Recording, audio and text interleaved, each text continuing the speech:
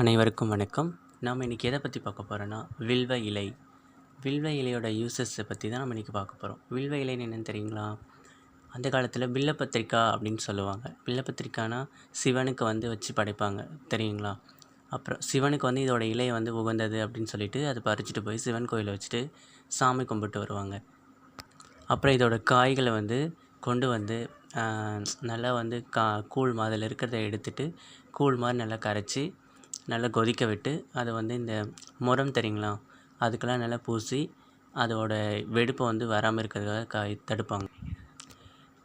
இந்த வில்வ இலையை காலையில் வெறும் வயிற்றில் சாப்பிட்டோங்கன்னா என்னென்ன நடக்கும் அப்படின்னு நம்ம பார்ப்போம். எப்படின்னு கேட்குறீங்களா? இப்போ வெயில் காலத்தில் அதிகமாக வெப்பம் வர்றதுனால நம்மளோட உடல் நலத்தில் நிறைய பிரச்சனை வரும். அதனால் என்னப்பாகும்னா நிறைய நீரிழப்பு ஏற்படும். அதாவது நமக்கு வியர்வை வரும், வயிறு பிரச்சனை ஏற்படும், தூக்கம் இல்லாமல் போகும், சோர்வு வரும்.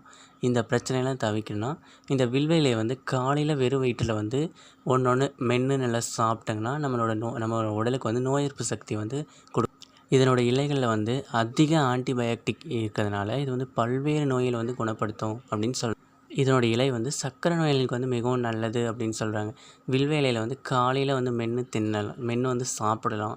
இல்லையா வில்வ இலையில் டீ போட்டு குடிக்கலாம் அப்படின்னு சொல்கிறாங்க. டீ போட்டு குடிச்சிங்கன்னா நம்ம ரத்த சர்க்கரையை கட்டுப்படுத்தும் அப்படின்னு சொல்கிறாங்க. இது உடலுக்குள்ளே போகும்போது நோய் கிருமி அழிக்கிறதோடு இல்லாமல் நோய் எதிர்ப்பு சக்தியை பெருக்கும். ஆன்மீகத்தில் இந்த வில்வ இலை ரொம்ப முக்கியத்துவம் இருக்குது அப்படின்னு சொல்கிறாங்க. எப்படின்னா வில்வ இலை நம்மளோட மனசை அமைதிப்படுத்தும், அப்புறம் உடலில் குளிர்ச்சியும் கொடுக்கும் அப்படின்னு சொல்கிறாங்க.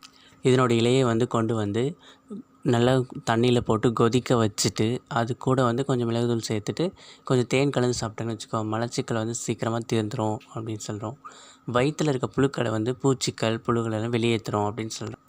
தலைவலி இருக்கிறவங்க கடுமையான தலைவலி, ஒற்றை தலைவலி அந்த மாதிரி இருக்கிறவங்களுக்கு இதோட இலையை நல்லா நசுக்கி அதோட சாறை எடுத்து தலையில் பூசிக்கிட்டோம்னா அதோட தலைவலி சீக்கிரமாக குணமாகும்.